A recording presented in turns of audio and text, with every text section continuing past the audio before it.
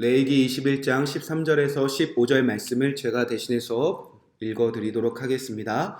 그는 처녀를 데려다가 아내를 삼을지니 과부나 이혼당한 여자나 창녀짓을 하는 더러운 여인을 취하지 말고 자기 백성 중에서 처녀를 취하여 아내를 삼아 그의 자손이 그의 백성 중에서 속되게 하지 말지니 나는 그를 거룩하게 하는 여호와임이니라. 아멘. 하나님의 말씀입니다. 대제사장의 거룩한 삶, 결혼 규례라는 말씀 제목 가지고 함께 이 말씀을 통해서 주님이 오늘 우리에게 원하시는 뜻이 이루어지길 함께 기도하도록 하겠습니다. 자, 계속해서 21장, 22장 이스라엘 중심에 서 있는 제사장들과 대제사장의 삶에 대해서 우리가 나누고 있습니다. 이스라엘 중심에 제사장이 이 세상과 구별된다면, 그리고 그 제사장 중에서도 대제사장이 이 세상과 전혀 다른 하나님의 말씀대로 살아내는 거룩한 삶이 이루어진다면 이스라엘 백성들은 애굽 사람들처럼 가나안 사람들처럼 살다가 죽임당하는 것이 아니라 반드시 하나님의 말씀이 이스라엘 온 백성을 살게 하실 것이라는 겁니다. 그러니까 제사장의 삶은요, 대제사장의 삶은요, 나를 살릴 뿐만 아니라 나와 그 가정과 그 공동체와 이 하나님의 나라의 전부를 살릴 뿐만 아니라 이제 애굽 사람들도 가나안과 같은 사람들도 이방인들이 다 죽게 돌아오는 놀라운 생명의 시작입니다. 자, 우리도 예수님 믿고 왕같은 제사장이 되었으니 오늘 우리의 삶이 나 혼자만의 삶이 아니라 반드시 우리가 말씀을 듣고 지켜 행할 때에, 그리고 그렇게 이루실 예수 그리스도의 능력으로 살아나갈 때에 우리 한 사람의 생명뿐만 아니라 모든 자를 살리는 오늘 생명의 삶이 오늘 우리에게 달려있다는 겁니다. 자, 그렇게 21장, 22장에는 총 6단락으로 나눠져 있고요. 첫 번째는 제사장의 장례 규례와 결혼 규례에 대해서 살펴보았습니다. 그리고 어제는 대제사장의 거룩한 삶, 장례 규정에 대해서 알아보았고요. 오늘은 대제사장의 두 번째 결혼 생활에 대해서, 가정을 이루는 규정에 대해서 알아보도록 하겠습니다. 자, 제사장의 규례와 대제사장을 구별했다는 것은요, 이스라엘 사람들보다 제사장은 더욱 구별돼야 되고요, 또 제사장 중에서도 대제사장은 철저하게 엄격하게 구별되기를 주님께서 원하고 계시다는 겁니다.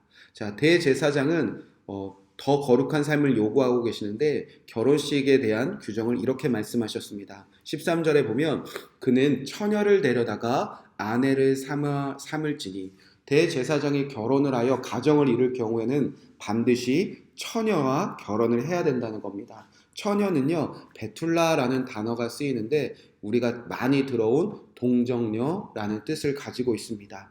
자, 뿐만 아니라 대제사장은 제사장보다 엄격한 규정을 계속 말씀하십니다. 14절 말씀에 보면 과부나 이혼당한 여자나 창녀짓을 하는 더러운 여인을 취하지 말고 자기 백성들 중에, 그러니까 같은 이스라엘 백성들 중에서 처녀를 취하여 아내로 삼으라 말씀하셨다는 겁니다. 자, 제사장과 다른 점이 무엇이냐면요, 제사장은 창녀, 그러니까 남편을 버리고 남편이 버젓이 살아있는데도 남편을 버리고 다른 남자와 간음한, 마치 하나님을 버리고 다른 우상과 간음한 그런 이혼당한 여자와 취하는 것뿐만 아니라, 또 제사장은 이혼당한 여자, 즉 부정함이 밝혀져서 남편에게 쫓겨난 여인처럼 하나님 나라의 백성이었다가 하나님 나라에서 추방당한 사람과 결혼하여 가정을 이룰 수가 없었습니다. 그런데 제사장과 대제사장의 차이가 한 가지 더 있는데, 제사장은요, 과부와 결혼을 할 수 있었습니다. 그런데 대제사장에게는요, 과부마저 결혼하는 것을 엄격히 금지했다는 겁니다. 자, 왜 그런 차이를 두고 있는가? 자, 과부는요, 버려진 곳, 황폐한 집, 왕궁을 뜻하는 이 알마나라는 단어가 쓰이는데요. 그러니까 과부는 이런 여인을 뜻하고 있다는 겁니다. 그러니까 남편과 갑작스럽게 사별을 했던가, 혹은 남편이 부정해져서 남편이 하나님의 말씀대로 살지 않아서 이스라엘 하나님 나라에서 추방당했을 때, 그러니까 여인은 아무 잘못이 없습니다. 온전한 집을 이루고 남편과 하나 되어 왕궁처럼 이렇게 잘 살아왔는데 원치 않는 일로 남편의 문제 때문에 홀로 되어서 마치 황폐해진 집, 황폐해진 그런 가정, 황폐해진 그런 왕궁에 사는 여인을 말합니다. 그러니까 제사장은요, 이 원치 않는 일로 버려진 황폐한 그 여인들을 취하여 다시 회복시키는 일에 과부와 결혼하는 일들을 허락되었다는 겁니다. 그런데 대제사장만큼은 과부와 결혼하는 것마저 금지하고 있었다는 겁니다.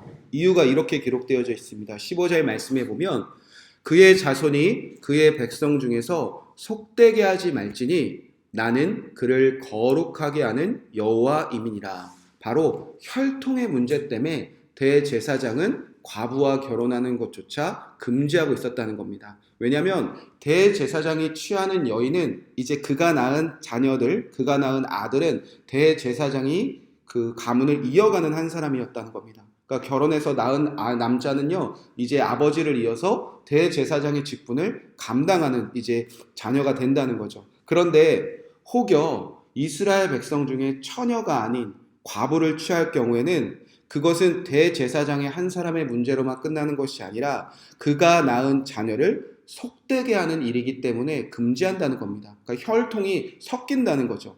속되게 하다는 것은요, 구멍내고 뭐 더럽히다, 상처를 내다 그런 뜻입니다. 아무 흠 없어야 될 것이 그 사람이 보기에도, 세상이 보기에도, 누군가 보기에 마치 조금의 흠집이라도 내는 일이 되어진다는 겁니다. 제사장 중에서도 완전히 거룩하게 돼야 될 성막과 같은 거룩함을 이룬 그 대제사장, 그의 자녀들에게 조금이라도 흠을 내지 않도록, 작은 구멍이라도 내지 않도록 흠 잡힐 일이 없이 대제사장은 바로 동정녀, 바로 처녀와 결혼하여 자손을 낳고 그렇게 가문을 이어나가야 되는 특별한 사명을 가지고 있다는 겁니다. 이스라엘 백성들은 괜찮았습니다. 제사장도 괜찮았습니다. 그런데 이스라엘 백성의 성마처럼 온전히 서 있는 한 명이 필요했다는 겁니다. 조금의 상처도 없는, 조금의 흠도 없는. 자, 그래서 대제사장은 이스라엘의 모든 백성들 중에 속되지 않은 한 사람, 단 한 사람으로 그렇게 선택받아서 그는 그의 삶 전부를 이스라엘 백성들을 위하여 내어놓는 한 사람이 되어져야 된다는 겁니다. 자, 그래서 우리는 왜 예수님이 굳이 동정녀 마리아를 통해서 이 땅에 오셔야 했는지를 그 의미를 성경적으로 정확히 찾아볼 수가 있다는 겁니다. 자, 우리는 예수님이 동정녀 마리아로 오셨다, 처녀에게 오셨다, 성령으로 잉태되었다 말씀으로 잘 듣고 알고 있습니다. 그리고 아마 여러분도 성경에 대해서 공부하셨고 잘 이해할 수도 있습니다. 그런데 이 신약은 구약의 말씀을 온전히 예수 그리스도 통해서 이뤄낸 것입니다. 구약의 율법이 아무도 지켜내지 못했는데 구약의 그 모든 율법을 예수 그리스도가 완성하신 의미를 갖고 있다는 겁니다. 그래서 예수님이 동정녀 마리아를 통해서 이 땅에 대제사장으로 오셨다는 겁니다. 자, 예수님은 이렇게 이 땅에 오셨습니다. 성경을 한번 찾아보시면요, 마태복음 1장 1절에 예수님의 족보가 기록되어져 있습니다. 성경이 있으시면 한번 찾아보시죠. 자, 예수님이 어떻게 이 땅에 오셨냐? 자, 마태복음 1장 1절 2절에 보면 이제 예수님의 족보가 시작됩니다. 아브라함과 다윗의 자손 예수 그리스도의 계보라. 아브라함이 이삭을 낳고 이삭은 야곱을 낳고 야곱은 유다와 그의 형제들을 낳고. 우리가 잘 아는 아브라함, 다윗, 이삭, 야곱, 유다 다 기름 부음 받은 자 대제사장을 의미하는 그 족장들과 왕들을 의미하고 있습니다. 이들도 기름 부음 받은 자였고요. 하나님이 세우신 이스라엘 백성들의 시작과 이스라엘 백성의 대를 이어가는 제사장과 대제사장으로 부름받은 가문이었습니다. 자, 그런데 아브라함, 기름 부음한 대제사장의 혈통이었습니다. 근데 한때 그도 하나님을 믿지 못하고 첩을 통해서 이스마엘을 낳았습니다. 혈통이 흔들릴 뻔했습니다. 섞일 뻔했다는 겁니다. 속된 일이 일어날 수 있었다는 겁니다. 그런데 결국 사라를 통해 이삭을 낳았습니다. 자, 그리고 나서 이삭을 통해서 또 혈통이 이어지는데 이제 에서가 아니라 둘째 그 야곱으로 혈통이 이어집니다. 무언가 좀 속되기 시작했다는 겁니다. 그리고 나서 야곱이 유다를 낳습니다.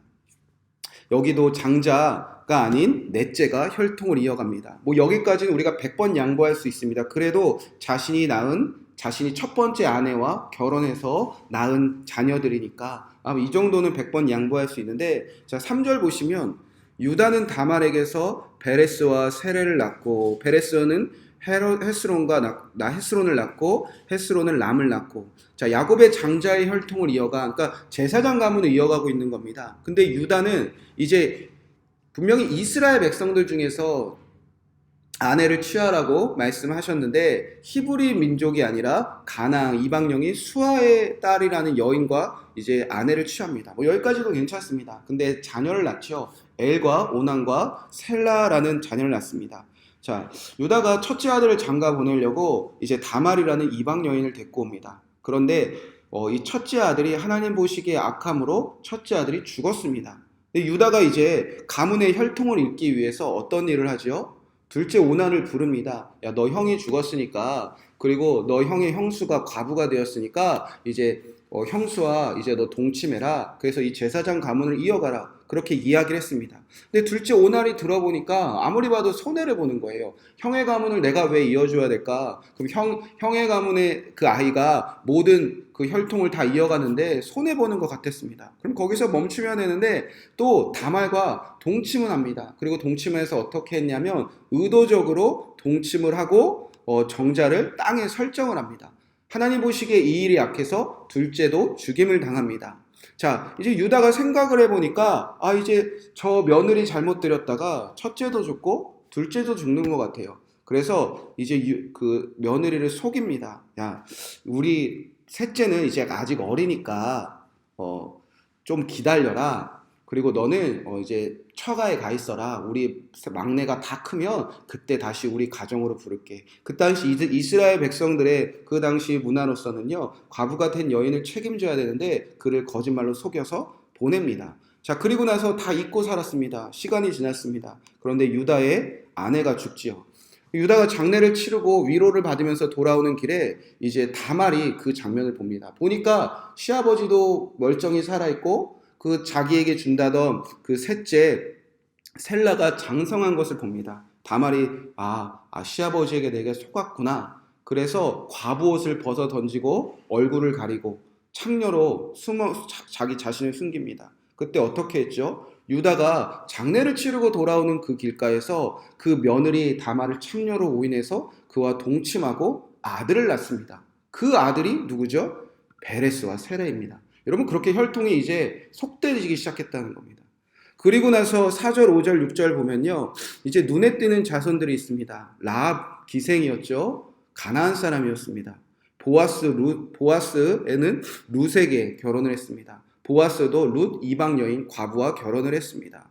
또 다윗은 어떻게 했죠? 우리아의 아내를 통해서 솔로몬을 낳았습니다. 멀쩡히 잘 살고 있는 여인을 뺏어서 그 남편 죽이고 솔로몬의 가문, 그러니까 제사장의 혈통이 이렇게 속되지기 시작했다는 겁니다. 그리고 나서 이제 왕이 시작되죠. 다윗을 통해서 이제 왕권이 시작되는데 어떤 의미냐? 이스라엘 백성들이 하나님 우리 왕 필요 없습니다. 우리는 당신 같은 왕 필요 없습니다. 버리고 사람 왕을 달라고, 우리 다른 나라처럼 살고 싶습니다. 하나님의 나라가 아니라 하나님의 왕으로 보이주하는 왕 필요 없고요. 우리도 왕 주세요. 그래서 사울로 시작돼서 이제 다윗 왕을 택했는데 다윗 왕은 대제사장의 그 직분을 다하지 못하고 그 혈통을 속되게 했다는 겁니다.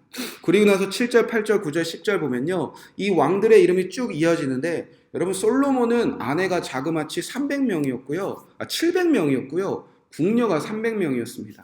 그리고 르호보암을 낳았습니다. 자, 르호보암부터 쭉 왕들의 이름을 보면요, 이 중에 처음에 좀 괜찮았던 왕도 있습니다. 뭐 요시아도 좀 괜찮았고요, 히스기야도 좀 괜찮았습니다. 근데 결론은 이 왕들은요 다 실패했었습니다. 하나님이 이 왕들을 이스라엘 백성에 주시면서, 자, 너희 왕들이 얼마나 너희를 괴롭히는지 너희 스스로 깨달아봐라. 그들도 처음엔 회개하고 하나님의 말씀대로 살려고 했지만 결국 이 사람들은요, 수백 명의 아내를 거느리고 수백 명들과 동침하며 결국 우상숭배에 빠져서 이스라엘을 명망으로 이끌고 대제사장의 가문을 또 속되게 했던, 그리고 나서 결론이 뭐죠? 이 남유다의 가문이었던 대제사장의 가문이 바벨론 포로기로 이제 접어들게 됩니다. 그 포로기가 11절, 12절입니다. 11절에 보면 바벨론으로 사로잡혀갈 때에 왕들 때문에 이렇게 됐다는 겁니다. 요시아는 여고나와 그의 형제들을 낳으니라.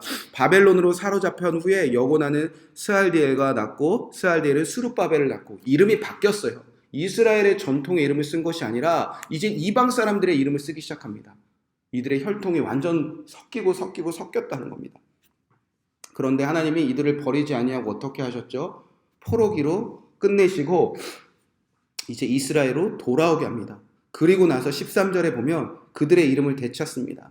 스룹바벨은 아비옷을 낳고 아비옷은 엘리야김을 낳고 이렇게 쭉 이름을 되찾습니다. 이스라엘의 제사장의 이름을 찾았다는 겁니다. 아비옷은 나의 아버지는 존엄하시다 라는 뜻입니다. 아버지 하나님의 가문이 다시 회복되었다는 겁니다.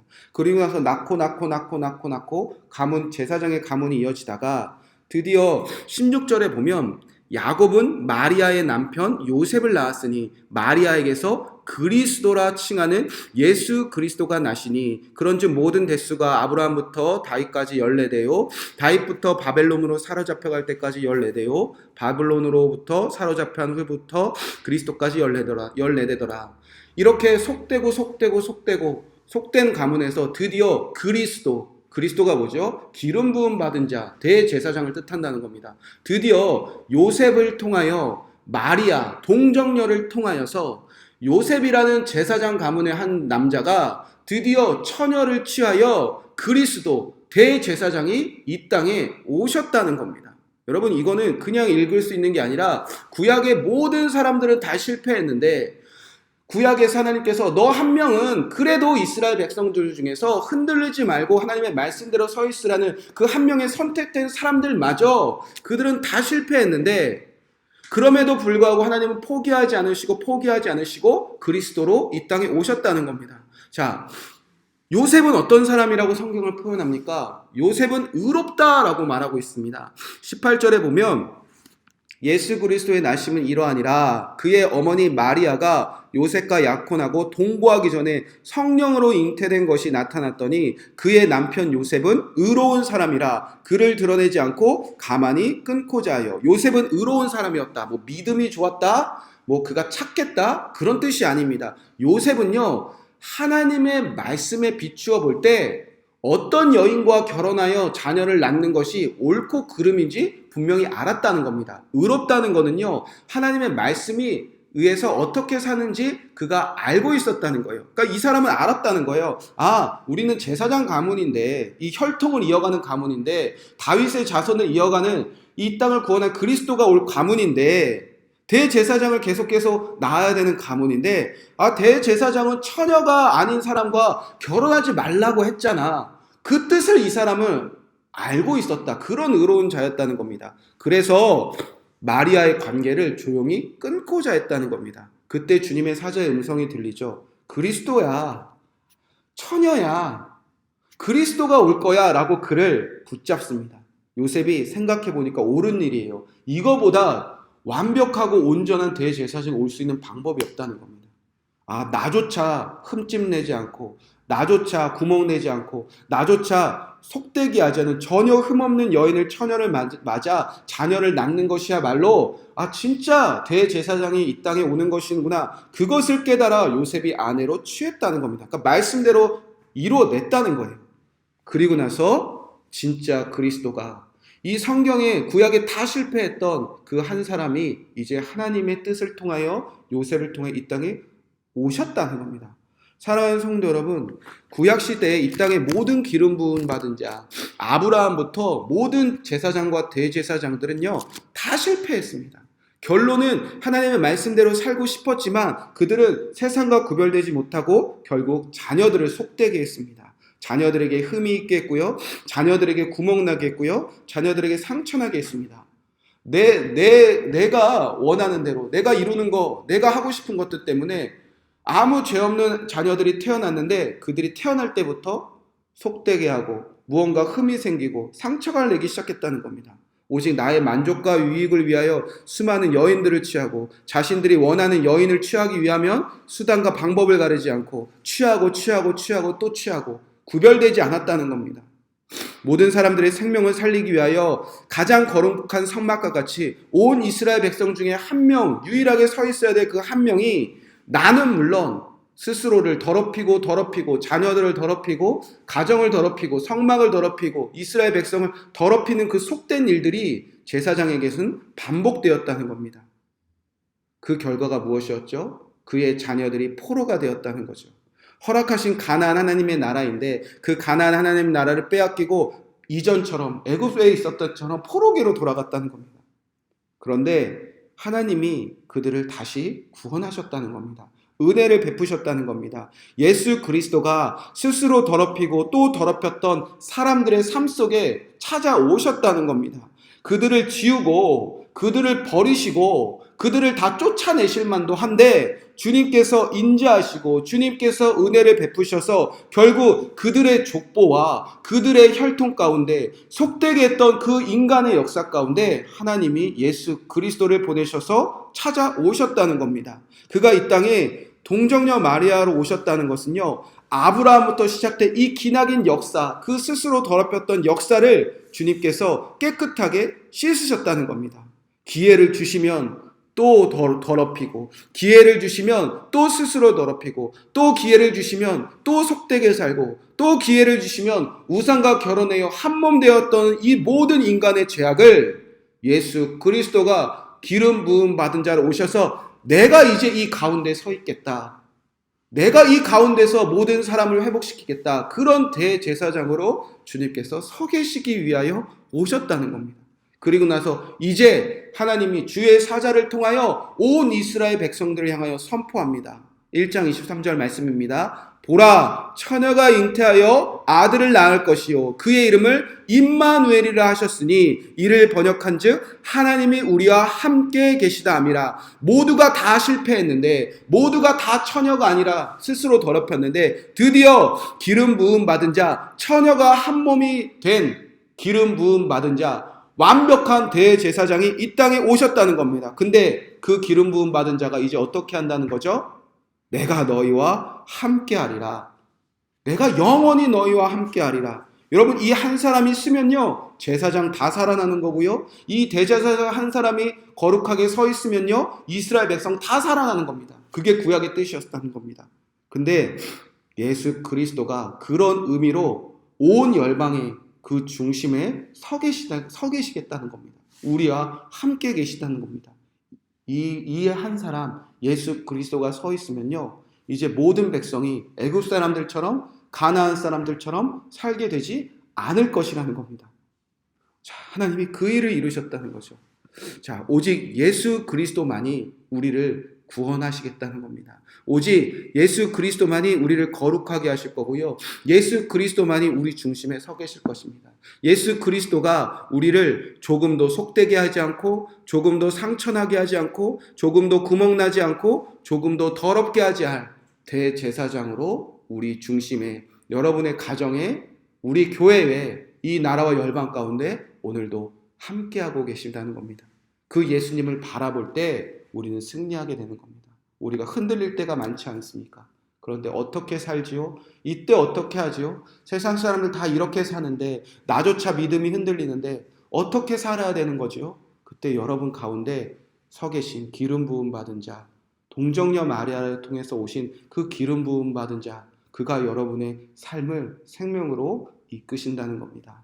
그 대제사장의 거룩한 삶이 이제 여러분을 놀라운 축복으로 이끄신다는 믿음을 가지고 여러분도 그 예수님과 함께 동행하며 하나님의 말씀대로 오늘 세상과 구별되어 거룩하게 살으셔서 여러분 주변에 한 사람도 속되게 하지 않는 그 놀라운 축복을 이루시는 여러분 되시기를 주님의 이름으로 간절히 축복의 말씀을 드립니다. 이 말씀 붙잡고 우리가 함께 기도하도록 하겠습니다. 그는 처녀를 데려다가 아내를 삼을지니 과부나 이혼당한 여자나 창녀짓을 하는 더러운 여인을 취하지 말고 자기 백성을 처녀를 취하다가 아내를 삼아 그의 자손이 그의 백성 중에 속되게 하지 말지니. 대제사장 한 명이 속되지 않는 삶을 산다면, 대제사장 한 명이 하나님의 뜻대로 산다면 그의 백성들과 그의 자손들은 흠이 없고 구멍나지 않고 상처내지 않는다 말씀하셨습니다. 인간들은 다 실패했지만, 인류의 역사는 다 실패했지만 예수님이 동정녀 마리아를 통해서 이 땅에 오셨습니다. 그가 이제 대제사장으로 여러분 안에 계시고, 여러분의 가정 안에 계시고, 여러분 자녀 중심에 함께 살아가고 계시고, 교회와 나라 열방 가운데 오늘도 변치 않고 우리와 함께 하시는 임마누엘, 그 그리스도로 서 계십니다. 이제 우리는 속되지 않습니다. 여러분의 자녀는 절대 속되게 되지 않습니다. 우리의 가정과 교회와 나라와 열방은 절대 속되게 되지 않습니다. 여러분 가운데 누가 서 계신가 그것만 우리가 잊지 않으면 우리의 삶은 전혀 속되지 않습니다. 우리가 먼저 기도할 때 하나님 이 놀라우신 이 모든 구약의 말씀을 다 이루신 그 예수 그리스도가 내 안에 살아계시니 나는 결코 속되지 않습니다. 나는 상처난 것도 아니고 나는 구멍난 것도 아니고 난 더럽지도 않고 나는 흠이 없습니다. 그러한 놀라운 축복을 오늘 아멘으로 누리며 오늘 내 안에 계신 그리스도와 함께 감사가 넘치는 하루를 살게 하여 주시옵소서. 그 축복을 마음껏 누릴 수 있도록 여러분 감사 고백하시며 나는 흠없는 사람 되었음을 그 축복을 누리는 하루가 되시기 바랍니다. 여러분의 자녀를 위해서 기도하겠습니다. 우리의 눈으로 바라볼 때 자녀에게 상처도 있습니다. 구멍난 부분도 있습니다. 흠도 있습니다. 속된 부분도 있습니다. 그러나 예수님이 오신 후부터 예수님을 믿는 그 모든 백성들은 조금도 흠없다고 말씀하셨습니다. 우리가 바라보는 눈, 우리 세상의 자녀들을 바라보는 눈으로 내가 스스로 가슴치며 마음 아프며 마음 졸이며 속상해하지 않고 나 때문인가 고통당하지 않게 하여 주시옵소서. 예수님이 우리 자녀들을 위하여 이 땅에 기름 부음 받은 자 서 계십니다. 우리 자녀들은 결코 속되지 않으며 하나님이 보시기에 그리고 하나님의 나라 안에서 살아갈 흠없는 순결한 자녀 되었음을 믿습니다. 내가 더 이상 자녀를 속되다, 자녀가 부족하다, 자녀가 연약하다, 자녀가 아프다, 자녀의 구멍이 있다, 상처가 있다, 내 스스로 자녀를 바라보며 자녀를 속되게 하지 않는 부모가 되게 하여 주시옵소서. 자녀들이 결코 흠없음을 믿음으로 고백하며 주여 내가 자녀 때문에 더 이상 가슴 졸이며 가슴 치며 눈물을 흘리지 않는 오늘 하루가 되게 하여 주시옵소서. 그렇게 우리 자녀들을 위해서 기도하겠습니다. 그리고 교회를 위해서 기도하겠습니다. 하나님 교회에 대제사장이 서 계신 것을 믿습니다. 교회는 흠이 없음을 믿습니다. 속되지 않게 될 것을 믿습니다. 그 예수님이 서 계신 것만 믿고 그 예수님이 주인 되시면 그 예수님만 바라보면 교회는 결코 이 세상과 구별된 속되지 않은 교회가 될 것을 믿습니다. 교회가 이 세상에 흔들리지 않고 이 세상과 구별된 온전한 예수 그리스도가 주인 되시는 교회가 되게 하여 주시옵소서. 이 말씀 붙잡고 오늘도 우리 안에 서 계신 기름 부음